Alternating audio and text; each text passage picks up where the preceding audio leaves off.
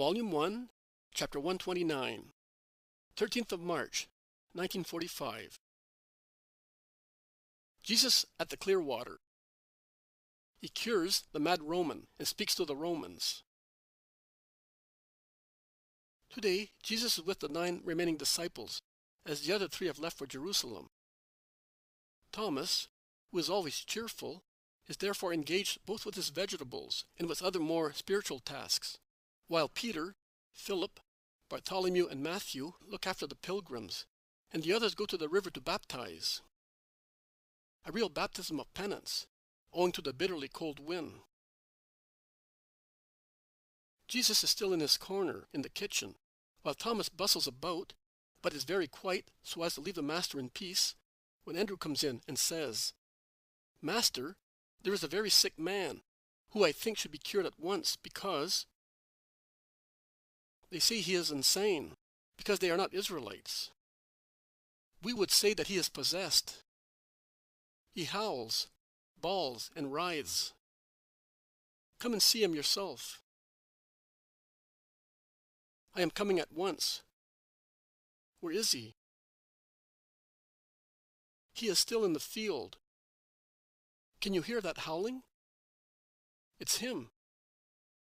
"It sounds like a beast, but it's him." "He must be rich because he is accompanied by a well-dressed man, and he was taken out of a magnificent wagon by many servants. He must be a heathen because he curses the gods of Olympus."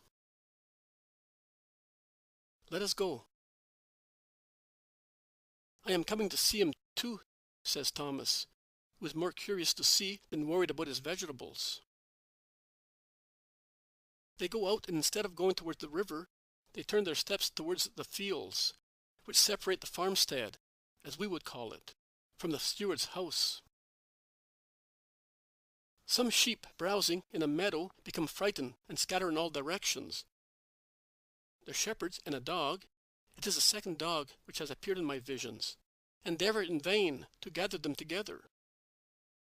In the middle of the meadow there is a man who is bound fast, but nevertheless he jumps like a madman and utters frightful cries, which increase more and more as Jesus draws near. Peter, Philip, Matthew, and Nathanael are standing nearby, perplexed. There are also some other people there, all men, because the women are afraid. "You have come, Master." "See what a fury he is," says Peter. "It will soon be over." "But he is a heathen, you know." "And what does that matter?" Because of his soul." Jesus smiles slightly and proceeds. He reaches the group around the madman, who is becoming more and more agitated. A man, clearly a Roman by his dress and his clean-shaven face, comes away from the group and greets, "Hail, Master! Your fame reached me. You are greater than Hippocrates in curing, and greater than Aesculapius' simulacrum in working miracles for sick people. I know. That is why I have come. My brother, see him? Insane because of some mysterious disease. No doctor understands it. I went with him to Aesculapius' temple, but he came out worse than before. At Ptolemaeus I have a relative who sent me a message by a galley. It said that there is one here who cures everybody. And I came. What a dreadful journey. It deserves a reward. But, mind, we are not proselytes. We are Romans, faithful to our gods. You call us heathens. We come from Sybaris, but we are now at Cyprus. It is true, you are heathens. So, there is nothing for us? Your Olympus rejects ours, or is rejected? My God, one enshrined reigns, one and alone. I have come in vain, says the disappointed Roman. Why? Because I belong to another God. Souls are created by one God only. Soul? A soul. The divine thing that is created by God for every man. A companion in lifetime, it survives after lifetime. And where is it? In the depth of one's ego. But, although as a divine thing it is inside the most sacred sanctuary, we can say of her, and I say her and not it, because she is not a thing, but a true being worthy of full respect. We can say that she is not contained, but contains. By Jove, are you a philosopher? I am reason united to God. What you said made me think that you were... And what is philosophy, when it is true and honest, but an elevation of human reason towards the infinite wisdom and power, that is, towards God? God? God? I have that poor wreck there who upsets me. But I am almost forgetting his state to listen to you, divine one. I am not divine as you understand the term. You call divine who is superior to man. I say that that word is to be given only to him who is from God. Who is God? Who has ever seen him? It has been written, "Hail, you who formed us." When I describe human perfection, the harmony of our body, I celebrate your glory. It was said, "Your bounty shines in the distribution of your gifts to all those who live, so that every man might have what is necessary." And your wisdom is revealed by your gifts, and your power by the fulfillment of your will. Do you recognize these words? If Minerva assists me, they are of Galen. But how do you know them? I am dumbfounded. Jesus smiles and replies, "Come to the true God, and his divine spirit will indoctrinate you in the true wisdom and piety, which is to know yourself and worship the truth." But that is Galen again. Now I am certain. Besides being a doctor and a magician, you are also a philosopher. Why don't you come to Rome? I am neither a doctor, nor a magician, nor a philosopher, as you say. But I am the witness of God on the earth. Bring me the invalid. They drag him there, while he howls and writhes. See?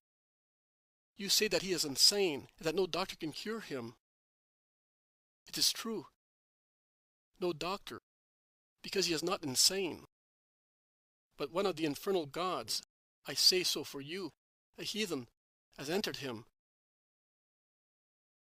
But he does not have the Python spirit. On the contrary, he only tells false things. We call him demon, not Python.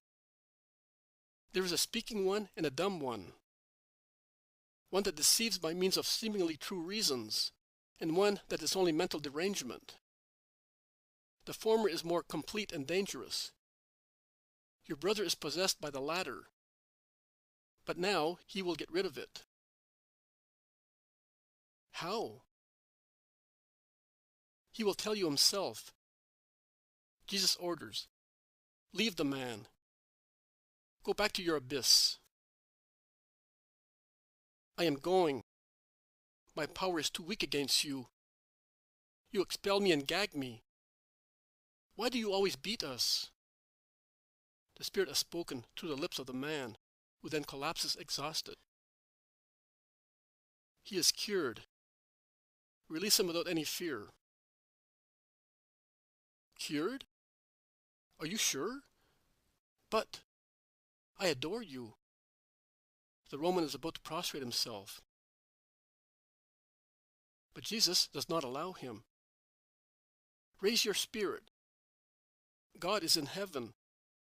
Worship him and go towards him. Goodbye. No, not so. At least accept something. Allow me to treat you like Aesculapius' priests. Allow me to hear you speak. Allow me to speak of you in my fatherland. Do so, and come with your brother. His brother is looking around himself, amazed, and he asks, "Where am I? This is not Sintiam. Where is the sea?" You were. Jesus commands silence with a gesture and says, "You were suffering from a high temperature, and they brought you to a different climate. You are now better. Come." They all go, but they are not all equally moved, because in the large room some admire, others criticize the recovery of the heathen. Jesus goes to his place with the Romans in the very front of the crowd. I hope you do not mind if I quote a passage of the Kings.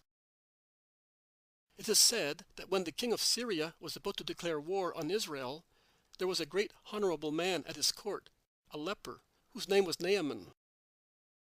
A young girl of Israel, who had been captured by the Syrians and had become his slave, said to him, "If my lord went to the prophet who is in Samaria, he would certainly cure him of his leprosy." Upon hearing that, Naaman asked the king's leave and followed the girl's advice. But the king of Israel was greatly irritated and said, "Am I perhaps God, that the king of Syria should send invalids to me? This is a trap to make war against us." But when the prophet Elisha was informed of the incident, he said, "Let the leper come to me, and I will cure him, and he will know that there is a prophet in Israel." So Naaman went to Elisha. But Elisha did not receive him. He only sent word to him, "Wash yourself 7 times in the Jordan, and you will be cleansed." Naaman got angry, because he thought he had gone such a long way for nothing, and indignant as he was about to leave.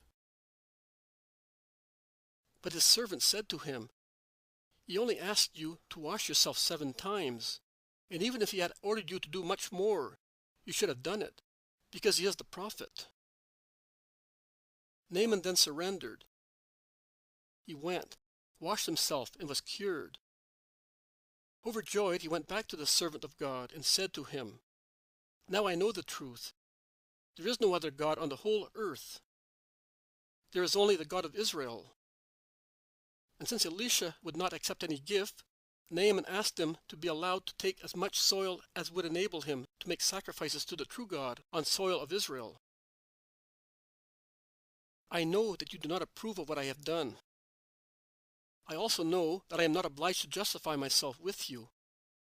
But since I love you with true love, I want you to understand my gesture and learn by it, so that all feelings of criticism and scandal may vanish from your souls." We have here 2 subjects of a pagan country. One of them was ill, and they were told by a relative, certainly through the words of an Israelite, "If you went to the Messiah of Israel, he would cure the sick man." And they have come to me from very far. Their confidence was greater than Naaman's, because they knew nothing of Israel and the Messiah, whereas the Syrian, being of a nearby country and in continuous touch with the slaves of Israel, already knew that God is in Israel, the true God. Is it not right, therefore, that a pagan may now go back to his fatherland and say, "There is truly a man of God in Israel, and they worship the true God in Israel"?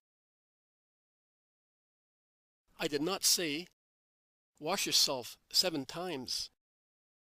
But I spoke of God and their souls, 2 things with which they were unacquainted, and which brings the 7 gifts like inexhaustible sources. Because the plants of faith, hope, charity, justice, temperance, strength, prudence grow where there is the concept of God and of the Spirit, and a desire to reach them. Such virtues are unknown to those who from their gods can only copy common human passions, increased in licentiousness, as pertaining to alleged supreme beings. They are now going back to their country. But rather than the joy of having been granted their request, there is the joy of being able to say, we know that we are not brutes, and that beyond this life there is a future. We know that the true God is bounty. He therefore loves us, too, and He helps us to persuade us to go to Him. And do you think that they are the only ones to ignore the truth? A short while ago, one of my disciples taught that I could not cure the sick man because he had a pagan soul. What is a soul? From whom does it come? A soul is the spiritual essence of man.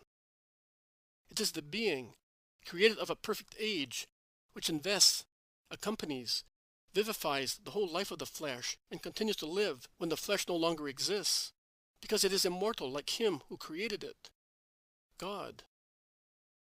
As there is only one God, there is no such thing as souls of pagans or of non-pagans created by different gods.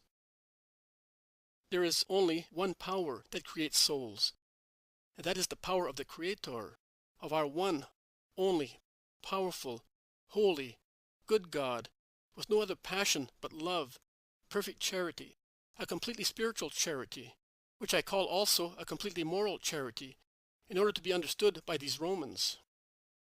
Because the concept of spirit is not understood by these little children who know nothing of the holy words. Do you think that I have come only for Israel? I am the one who will gather all races under one pastoral staff, the heavenly one. And I solemnly tell you that the time will soon come when many heathens will say, let us have that much that will enable us to consummate sacrifices to the true God, to the one and trine God in our pagan land. I am the word of the true God. They are now going. They are more convinced than if I had crushed them with disdain. They have perceived God in the miracle and in my words, and they will tell when they go back. Further, I ask you, was it not fair to reward so much faith? Although disconcerted by the opinion of doctors and disappointed by useless visits to temples, they still had faith to come to the unknown one, to the great unknown one in the world, the one derided and mocked at and calumniated by Israel, and say to him, I believe you can. The first chrism to the new mentality is granted to them because they believed. I did not cure them so much of a disease as I did of their wrong faith, because I placed a chalice near their lips, and the more they drink of it, the thirstier they will become, the thirst for the knowledge of the true God. I have finished. I say to you, people of Israel, have the same faith as they had. The Roman draws near with his cured brother. Well, I no longer dare say, by Jove, but on my honor as a Roman citizen, I swear to you that I shall thirst after what you said. But now I must go. Who will give me more to drink? Your spirit, the soul that you now know you have, until the day when a messenger of mine will come to you. Not you? No, not I. But I shall not be absent, although I am not present. And just in a little more than 2 years' time, I will present you with a gift which is greater than the recovery of your brother, so dear to you. Goodbye, both of you. Persevere in sentiments of faith. Hail, Master. May the true God save you. The 2 Romans go away, and they can be heard calling the servants with the wagon. And they did not even know that they had a soul, exclaims an old man. Yes, Father. And they accepted my word better than many in Israel. Now, since they have given such rich alms, let us help the poor people of God with a double and treble measure. And let the poor pray for those benefactors who are poorer than they are, that they may achieve the true and only wealth, which is to know God. The veiled woman is weeping under her veil, which prevents one from seeing her tears, but not from hearing her sobs. That woman is weeping says Peter. Perhaps she has no money left. Shall we give her some? She is not crying for that. But go and say to her, Fatherlands pass away. Heaven remains. It belongs to those who have faith. God is bounty, and he therefore loves also sinners. And he helps you to persuade you to go to him. Go, tell her that, and then let her weep. It is poison coming out of her. Peter goes towards the woman who has already started walking towards the fields. He speaks to her and then comes back. She started crying louder, he says. I thought I was going to comfort her. And he looks at Jesus. She is, in fact, relieved. Also, joy makes people weep. Who knows? Well, I will be happy when I see her face. Will I see it? On doomsday. Divine mercy. But I will be dead then. What shall I care to know that? I shall be looking at the Eternal Father then. Start doing that now. It is the only useful thing. Yes, but, Master, who is she? They all laugh. If you ask that question again, we will go away at once, so you will forget her. No, Master. However, it is enough if you stay. Jesus smiles. That woman, he says, is the remains of a meal and an early fruit. What do you mean? I do not understand. But Jesus leaves them and goes towards the village. He is going to Zacharias's. His wife is dying, explains Andrew. He sent me to tell the Master. You make me angry. You know everything.